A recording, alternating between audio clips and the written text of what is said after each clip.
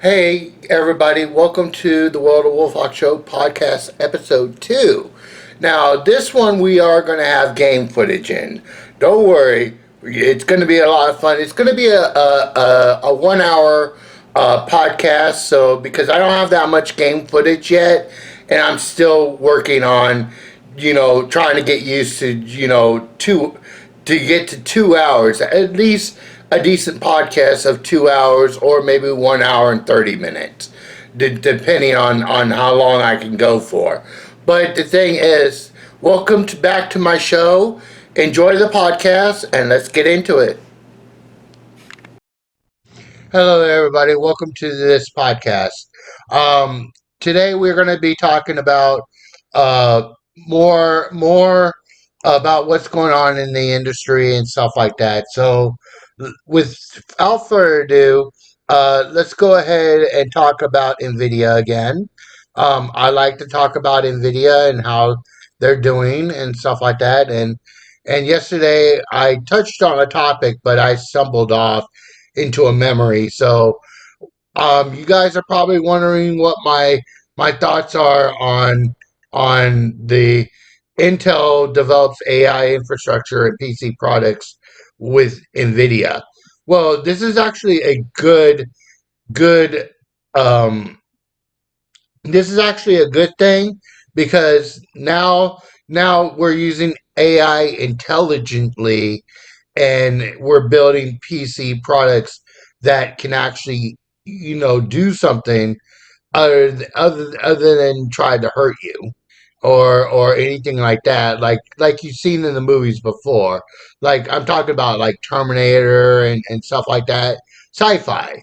Well, the thing is, this is where Nvidia is developing probably I would say they're probably developing GPUs and stuff like that. So let's go ahead and read what it says. It says Intel to design, manufacture custom data center and client CPUs with Nvidia NVLink. Nvidia to invest 5 billion into Intel common stock. So yeah, so Nvidia is now going into the stock market and investing in Intel, which is good because Nvidia and Intel they just go together. I mean, if you have a computer, it's mostly an Intel with Nvidia graphics. Mostly, that's the common that's actually the common computer setup that most people have, and they trust Intel for their CPU needs for opening and closing programs and stuff like that. Now, when I experienced NVIDIA, um, it was a seamless. It was pretty much seamless. So yeah, like I said, guys, these two are made for each other. All right, so let's go ahead and read the the press release. NVIDIA and Intel Corporation today announced a collaboration jointly develop multiple generation of custom data center and PC products that accelerate application and workloads across the hyperscale, enterprise, and consumer markets. The companies will focus seamlessly in connecting NVIDIA and Intel architectures using NVLink, integrating the strengths of NVIDIA's AI and accelerated computing with Intel's leading CPU technologies and 886 CPU architecture ecosystem to deliver cutting edge solutions to consumers. For data centers, Intel will build an NVIDIA custom 886 CPU that NVIDIA will integrate into its AI infrastructure and platform and offer to the market. For personal computing, Intel will build and offer a market 86 system on chip SoCs, as we call them, that integrate NVIDIA RTX GPU chiplets, and these new 886 RTX's SoC will power a wide range of PCs that demand integration world class CPUs and GPUs. That's good news for us, the consumer, because now like I told you guys, this is just the start of everything. This is the pebble that's rippling. So Nvidia decided to throw a ripple towards Intel, and Intel went, "We like the ripple that you started. Let's continue." So Nvidia will invest $5 billion into Intel's common stock at purchase of 23.28 per share. The investment, subject to customary closing conditions, it will require regulatory approvals. AI is powering the new industrial revolution and reinventing every layer of the computing stack, from silicon to system to software. At the heart of reinvention of NVIDIA's CUDA architecture, the NVIDIA founder and CEO, Jensen Hoang, this historic collaboration tightly couples NVIDIA's AI and accelerating computing stack with Intel's CPU and vast 886 ecosystem, a fusion of two world class platforms. Together, we will expand the ecosystem and lay a foundation for the next era of computing. Intel's 886 architecture has been the fun,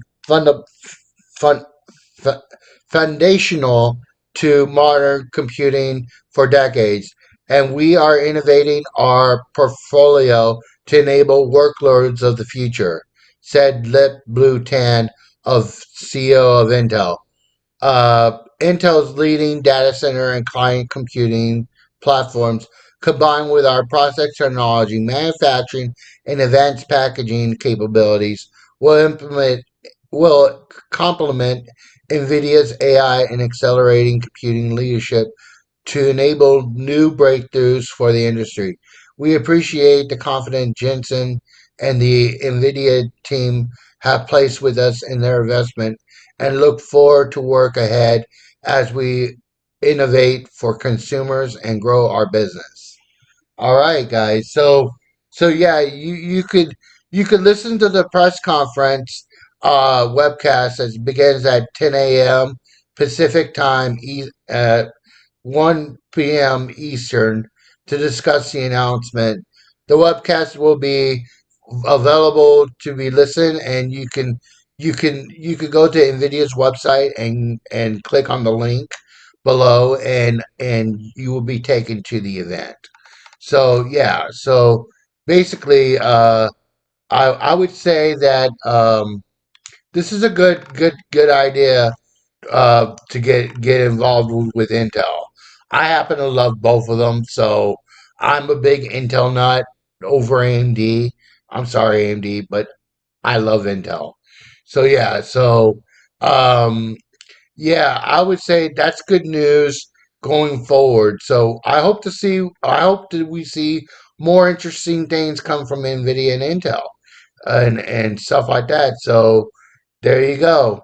All right, guys. Let's go ahead and get into some other news. Um, we'll we'll go ahead and get into some Apple news. Yes, that's pertaining to gaming. Uh, as you guys know, Apple already had their event and they announced the iPhone series. I could tell you all the names for the iPhones, so you don't have to worry about it. It is the iPhone 7, 17, the original iPhone 17, iPhone Air, iPhone 17 Pro, and iPhone 17 Pro Max.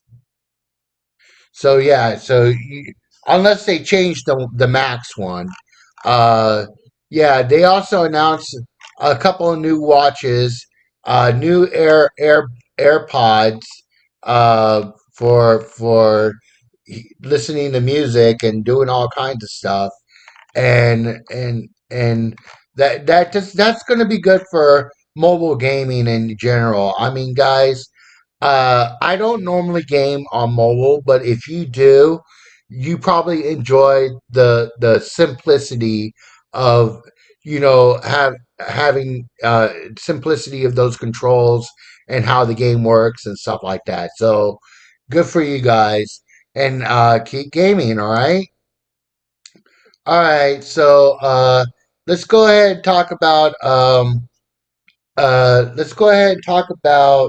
some things that are going on in the industry, in video games in general. Let's bring up the elephant in the room that's going on.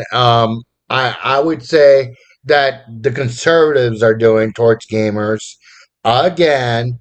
That they keep bringing Charlie Kirk's death and wanting you to be political. They want to weaponize gamers again for their common ground needs and stuff like that. And the thing is, most gamers don't care about Charlie Kirk. Okay, Charlie Kirk isn't an icon in the video game world, unless you talk about the games that he played and stuff like that. We would love to honor and commemorate Charlie Kirk, but the thing is, we're not going to. And the thing is, to expect us otherwise, it's just very, very stupid and very, very wrong. So the thing is, um, Charlie Kirk recently died by a gunshot wound by a psychopathic killer in the Utah area in on a campus in Utah. And the thing is, people are like on both sides of the spectrum trying to say, "Oh, he's left, he's right, he was influenced by the media." So on and so forth. I don't want to get into it, but I have been paying attention to it, and the thing is, I think it's sad that we lost a voice out there that is not basically video gamer at all, and he liked to debate people just like anyone else. He liked to use his mind. He liked to speak his mind, and he loved doing all kinds of freedom of stuff. So the thing is, this guy felt like he was completely free when he could go and use his uh basically he ran a thing called Turning Point, and Turning Point was um his baby. It's where if you're any time of the spectrum, left or right, you could actually go up and debate. So yeah, that's what he did. And for the gamers that don't know, I don't think Charlie Kirk was a gamer. Um, I don't think he played video games and stuff like that. So for those who keep saying "rest in peace" on gamer channels, please stop. They don't care.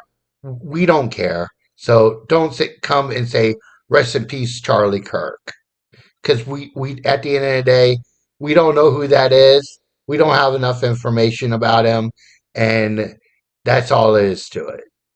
If he's not one of ours, it really doesn't matter. Okay, guys, let's go ahead and move away from the what's going on in the video game world, and that political pundits are trying to weaponize us yet again during Charlie Kirk's death and stuff like that. And we have the left and the right going at it. This is nothing for us video gamers. It doesn't do us any good. Doesn't do us any justice. So that's all I gotta say about that. All right. Uh, for anyone that wants to talk about tariff situations, yeah, we literally. I want to talk about that Nintendo is not going to raise their prices on the Nintendo Switch 2. So you guys should know this. And the thing is, it's actually a good thing that they're not going to, and they're gonna try to keep it at 450 and $450 and $500 bare minimum, and they're trying to keep the controllers down in price and stuff like that, so we can actually go and buy them. We can save our hard-earned money and be able to purchase the accessories that we need. So, like I said, guys, when it comes to gaming, you have to actually know what you're getting yourself into. Now, most people think that video games should be um, uh, what you call it. Video games should be cheap and affordable. And let me tell you something: video games have never been cheap. They've never been affordable. It's always been what they call a small a small area of gamers. And there's a term for it. They now call it niche. And I just don't like saying the word niche because the thing is, I'm like, niche, what the fuck is that? Like, I was like, what the fuck is a niche? And stuff like that. So the thing is, when certain gamers say it's niche and it's very secluded, basically there's only a handful of gamers in the world that actually buy and play their video games. And we're a certain demographic of gamers that actually play video games for a living. Like, this is how it goes. And this is how I've always understand it because I'm a millennial. I'm going to go ahead and say that. I'm in the millennial camp of video gamers. Um, I grew up with an NES and a Game Boy. So the thing is, we boys took up the vast majority of video games where girls were starting to hide themselves from playing. I come from an era where girls were ashamed to come out and say that they were gamers, that they played video games, and they wanted to live and hide in the shadow of the boy. And luckily for me, I always ran into a girl nowadays, and I say, "Why don't you play with the boys? Why don't you play with them? I don't understand why you're hiding." And stuff like this. This is not very good. This doesn't make us boys look good. If you're not gaming with the boys and playing their games and stuff like that, I see that you like Teenage Mutant Ninja Turtles and the stuff that we do. You should just go over there and game with them and don't worry about anything and stuff like that. They're probably worried about being like sexually picked on. Most girls are feeble to sexual pornality and stuff like that, and boys are hormonal. They're hormonal animals, and the thing is, when a girl is there, they don't want to be thinking about like they don't want distractions. So the thing is, the girl might be a distraction to the boy, and make them feel awkward at times that they're playing their games in front of them and stuff like that. And I'm like, I never felt that way at all when it came to a girl playing a video game. I'm just happy that they are gaming and that they are playing the same games that we are playing, we boys are playing, and stuff like that we grew up on. So they played Mega Man, they played Quake, they played Doom, they played all like it really doesn't matter to the gaming chick because the gaming chick just loves the game and stuff like that. But sometimes the gaming chick could get themselves into trouble when they try to speak out on what they want in the video game industry. Like they like there's some girls out there in the video game world, and I want to talk about this because we ran into it before. Is they complain about masculinity, they complain about sexuality. They complain about all this stuff. And we're like, that's what makes a great product.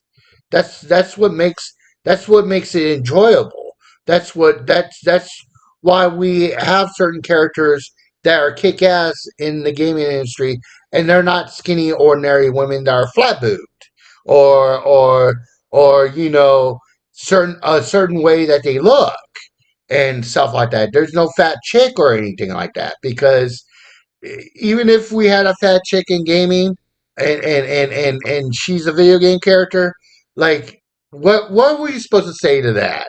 Well, how do we boys approach it? We go, oh God, not this. We don't want to. I don't want my character looking like that. She's supposed to look badass for us boys. Now they're really alienating us, and that's what it feels like. We're getting alienated, like from our hobby and stuff like that. We feel like we're being attacked, and the girl's just trying to say no, no, no, no, no, no, no, no, no, no, no, no, no, no, no. I'm not trying to attack you guys. I'm trying to make a better product that we all can enjoy. And the boy's like, no, I'm not going to enjoy that. You'll enjoy that, but I won't enjoy that. So yeah, it's kind of back and forth, guys. So, all right, guys. Well, I'll be right back in a second, and we'll talk about some more stuff. This is getting good. So keep listening, and I will be back in just a second. All right, guys, this is where I'm going to go ahead and get into my video game memories. The memory that comes up and I've been thinking about lately is Super Mario Brothers 3 for the NES. The reason why I want to talk about this game in particular and Super Mario Brothers in general, I don't like Super Mario Brothers 2. I did not like that game. I wasn't a big fan of it, although it was fun to play. It's not one of my favorites. So yeah, I would say let's go ahead and start with Super Mario Brothers 3. Now, as you guys know, they updated the Mushroom Kingdom to many different lands, and they added the Koopaling kids um, for various reasons, and I know why they added the Koopa kids. Um, it, each world has a Koopaling, and each world you have to get by. But the thing is, what I really like, and these are the levels that I like in there is the first level, the second level, the fourth level, um, the third level, and I actually like one more level. I think it's the ice world. I think it's stage 6 or 7. I'm not sure. It may be stage 5. I don't know, but those are the levels that I like, and I'm gonna go ahead and focus on that. Um, uh, Mainly, I'm going to focus on stage 3. Now, the reason why I like stage 3 is that it's a water world. Like, literally, you have to get used to being around water on this stage, and many levels are basically water driven. So, beware the big fish that comes out and tries to nab you every time. And yes, you will be running from the sun in this one, and the moon, and all kinds of enemies in Super Mario Brothers 3. I mean, the challenge of the game is really, really good. I mean, you shouldn't have a problem with the challenge of a Super Mario game of the past. Like literally, replay value is so high up there that it's not even funny. But back to what I was saying about the level. Um, I like the layouts of the levels. Basically, the way it looks and for you have to just picture it out in your head and like literally I do picture Super Mario Brothers 3 a lot. Um, the water stage is my favorite because uh the way it's set up to for you to just get by on certain things. Now, if you want to skip this world, you can just use the flute 3 times from World One and World Two and warp all the way through. Get the flutes from World One and warp all the way to Stage 8 and just beat the game outright. But the thing is, you're missing out on a beautiful game that Miyamoto actually made. And let me go ahead and tell you the stage, the world of Super Mario Brothers 3. Uh, Super Mario Brother, Mario Brother, Brothers 3 levels. Okay, the levels. Okay, all right. It should tell you which worlds they are. Yeah, in Super Mario Brothers 3. One. Yeah. Yeah. Okay. Yeah. Here it is. It's it's the desert stage. That's what it's called. The desert stage. The desert land. That's world two. World three is I don't know what they call world three. What do they call world three in Super Mario Brothers? Yeah, is Waterland. The first letter of Waterland. And I'm going to go ahead and tell you that you'll be swimming a lot in this level. Like literally, you'll be swimming a lot, and you might want to pack some fireballs.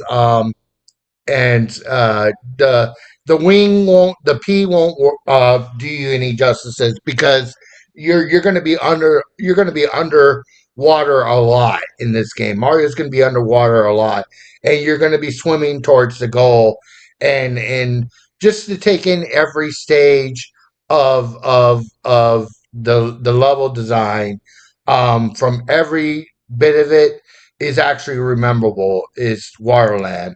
The second one that's rememberable in uh the everybody should know this one is stage four, and it's basically Giant Land. It actually made its debut in in in um in in a movie called Wizard. Yeah, it made a debut in Wizard during the tournament where they were going nuts and crazy during that movie. Now I'm not going to talk about Wizard because I love Wizard very much.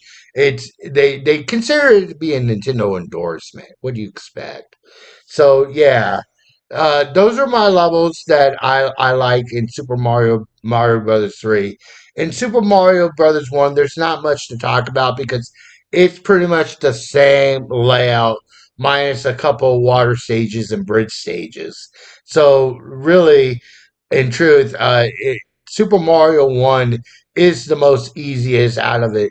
I mean, I would say if you can pick up the ROM of the Versus Super Mario, you should play it because that's actually the arcade NES copy of the game, and they had this at Chuck E. Cheese's and airports and stuff like that back in the 80s. So yeah, they have 'em at like everywhere, and I that's when I got introduced to Mario in the NES was the Versus Arcade. All right, guys. That's it. That's going to be it for the memory lane and stuff like that. So, uh, I will be back in the next segment. Uh, let's keep going. All right. And what else do I want to talk about? Uh, I'll be back in just a second. Okay. The next game I want to talk about is Alan's Wake on the Xbox 360. Now, this is a more recent game. The thing is, I love the Alan Wake series so much that Remedy did a good job of targeting me as the audience. Of course, I was in my 20s when I played the game. So the thing is, my 20s was a blast when it came to video games. It felt like the golden era of gaming. It really did. So without further ado, let's talk about Alan Wake. Now, Alan Wake, the very beginning is well, you start out going to the lake, and you basically are getting introduced to all the characters right then and there. You actually get off the boat and you go into a cafe restaurant, and then you sit there and find out what's going on in that cafe restaurant. Keep that in mind. That cafe restaurant is actually going to be later on in the game. So, spoiler alert that that's going to be coming at you if you haven't played this game yet. But just to let you know, if anyone has beaten Alan Wake, don't worry about it. Um, but I would have to say is that the next scene over is the cabin scene, and this is where the story basically takes off.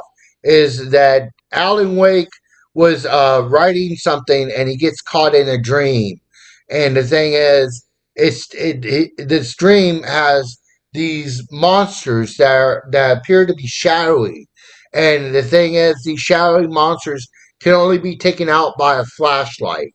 So, like, you need like a great big light to shine and before you can shoot them down. And the challenge comes from dodging and evading these guys. They will come at you like doesn't matter what difficulty you're playing Alan Wake on. They will come at you and they will kill you. And the thing is, it's kind of like a survival horror game at this point. Um, but the thing is, you're doing this pretty much throughout the game. Is you're battling waves of shadowy men and women, and you eventually have a boss, um, and stuff like this. So yeah, I would have to say, Alan Wake for me was a dream come true. I know I talked about the first part of the game. This the My favorite part is the middle of the game, where you're actually going into a town, not a town. Is actually a little village or of condominiums, and you're basically making your way to the city. You're basically making your way to the city and not trying to get nabbed by the cops or anything like that. You're basically on the way. You're on the run from the cops, and you're trying to tell your story. And the story, and basically, the storybook has you in your own story and you're trying to survive it. And of course you actually have memories and stuff like that during the game, and it's really good that you see this stuff on screen, and without getting too technical in it, you got multiple different types of weapons. You got multiple types of way of killing the enemy. You also have many different characters that drive the story element very well. I would say that Alan Wake, if you haven't played it yet, you should be playing it. So yeah, I wouldn't get the Nintendo Switch version. I would get the Xbox 360 or the PC version, because the PC version is actually the best version out there. It's the most graphically improved out there that Remedy did, and it even though it has all these enhancements and stuff like that, the game is just gorgeous. I mean, gorgeously made, gorgeously everything. I I I would give the it a 9 out of 5 if I could, but I'm glad that I own it on Steam, and to this day I still play it. All right, guys, I shall be back in just a second. Okay, guys, I am back, and let's go ahead and talk about some more news in video games. Uh, Microsoft faces tough choices. Price hike explained amid tariff pressures. The cost of gaming in America just went up, and here is why. In an unexpected twist, Microsoft has announced a price hike for the Series X, and S consoles effective October 3rd. Driven by the escalating U.S. tariffs, the Series X climbs to $649.99, stark reflection of challenging economic landscape facing consumers. That's us, the gamers. We're the ones buying it. Um, this year, the United States government has issued a range of tariffs in different countries that started to state the goal of more manufacturing to the United States. In short term, at very least, labor, education gaps that the company will still have to depend on countries like China, Vietnam, and India and other tariff impacted economies to manufacture the products. The Xbox Series X and the Series S is no exception. Microsoft and the other companies have already been forced to increase the prices of their tech products, in particularly if they are heavily dependent on China. And the woes patchwork of tariff ranges from anywhere between 10% and 40% for various components and other aspects of the supply chain, whether it be storage chips, or just even circuitry. Every aspect of the Series X and console has been subjected to various duties based on what's inside the box, putting pressure on manufacturer to increase prices, diversify diversified supply chains, and both in a lot of cases.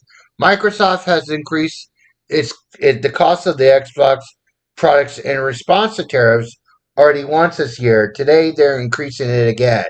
Share with us earlier today, Microsoft is increasing retail pricing for its Xbox Series X due to the changes of microeconomic environment, and the new prices will kick October 3rd. So they're considering buying, if you're considering buying an Xbox in the near term, now would be a good time to pull the trigger.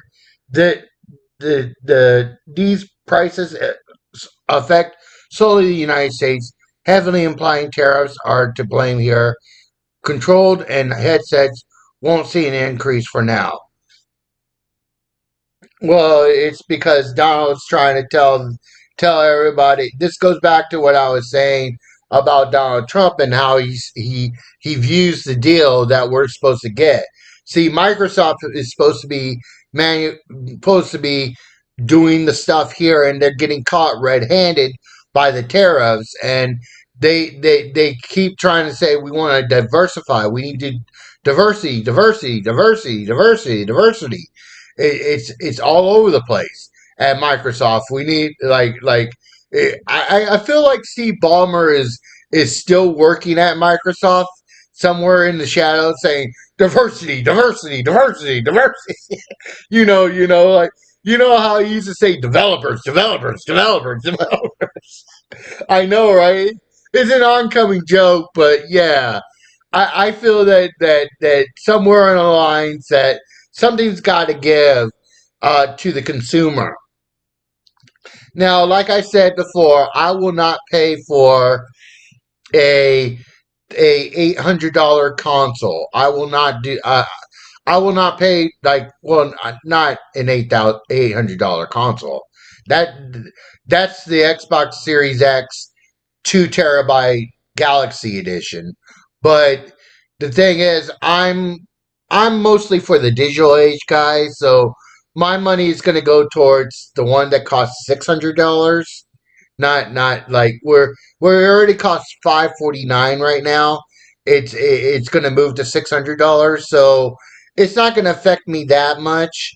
And the thing is, I still can afford $600, and it'd be a digital version of the console. I just don't want to own something that has a disc, guys.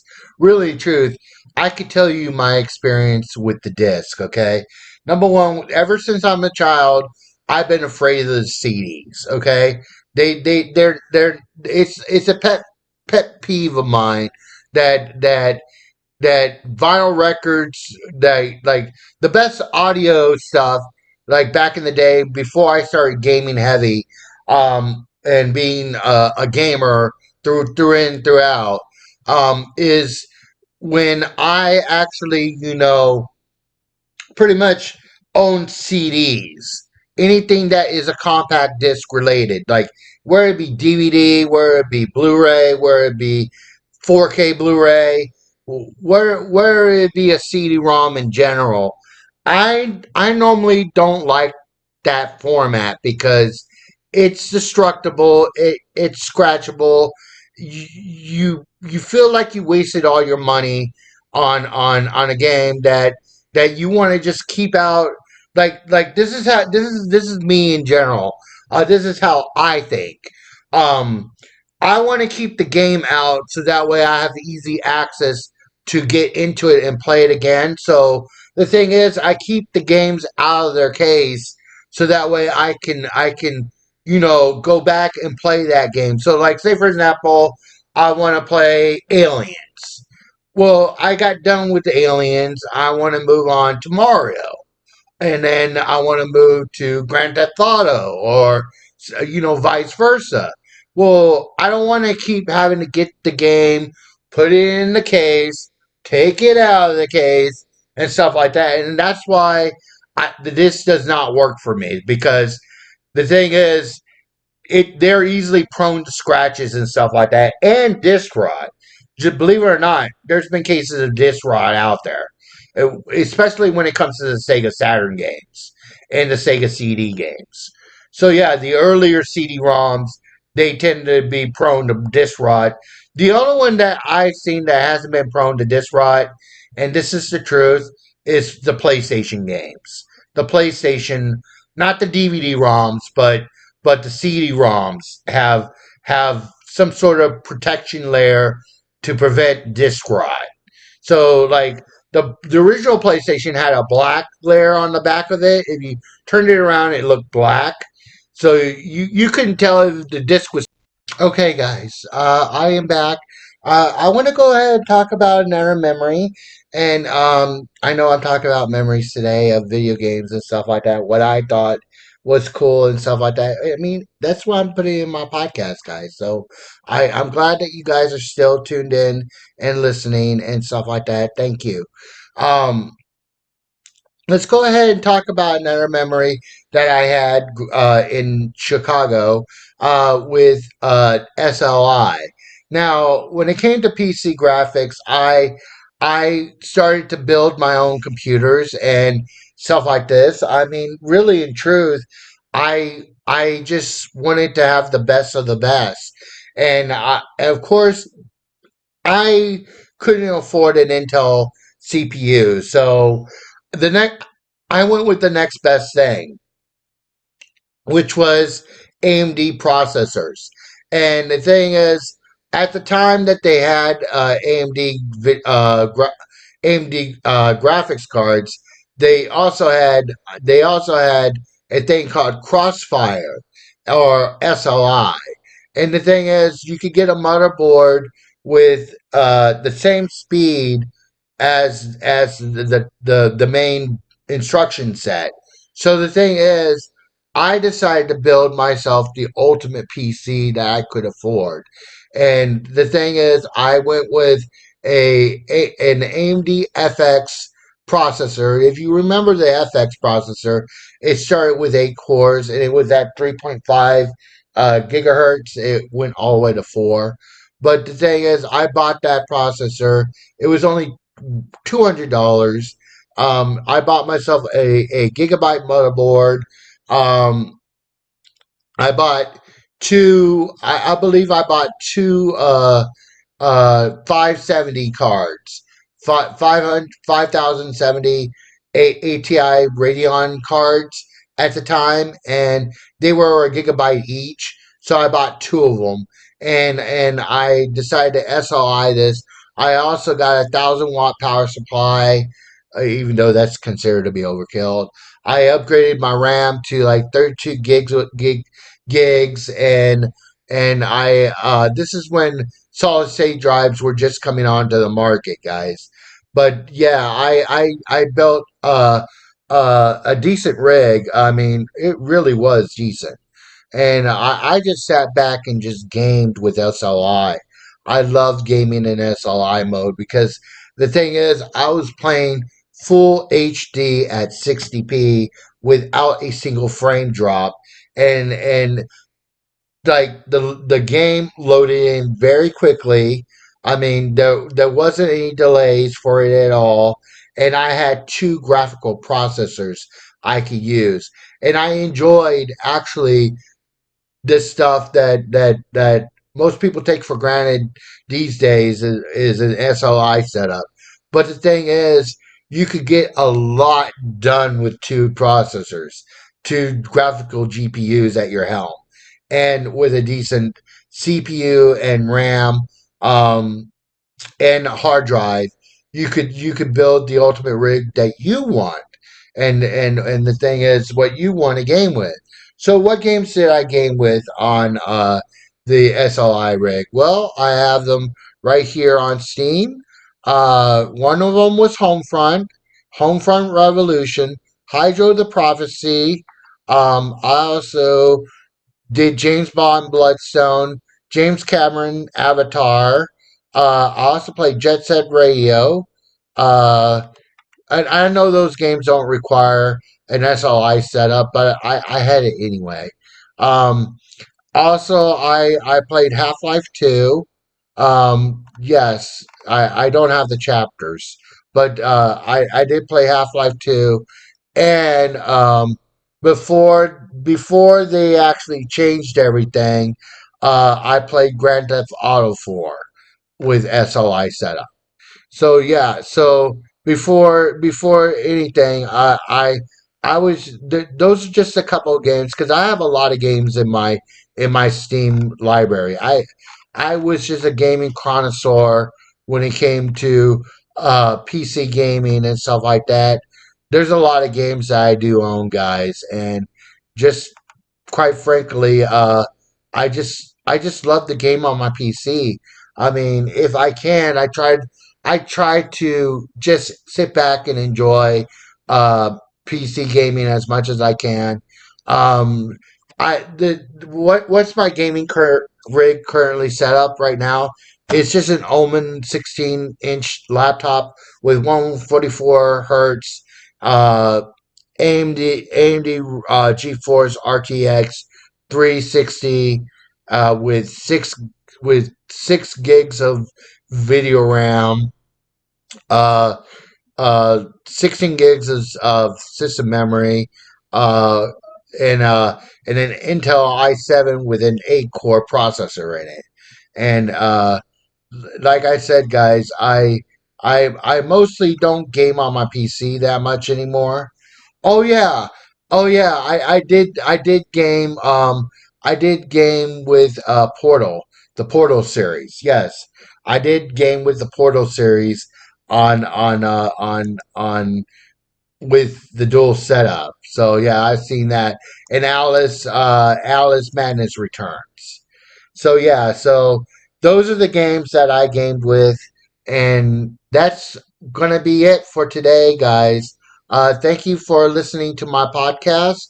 Be sure to like, share, and subscribe this podcast if you like the podcast very much. Thank you for listening. Have a good day. Enjoy the rest of the game footage, and I'll see you next time. Laters. Thank you for watching my podcast today. And thank you for listening to what I had to say about what's going on in video games and stuff like that. And my memories and stuff like that about you're actually hearing me talk about video games. And most gamers are okay at doing that, but not fully. You have to really get into the game without having it on the screen and do it from the top of your memory and stuff like that, what you remember of these games and stuff like that. I played a lot of video games throughout the years. I mean, I started back on the NES. Well, actually I started at arcades, but originally I started on the NES. And from arcades to NES, there's a lot of games that I'm playing and there's a lot of games that I've beaten. So the thing is, you're going to hear about it all on this podcast. Thank you for watching. Stay tuned and have a good day. Laters.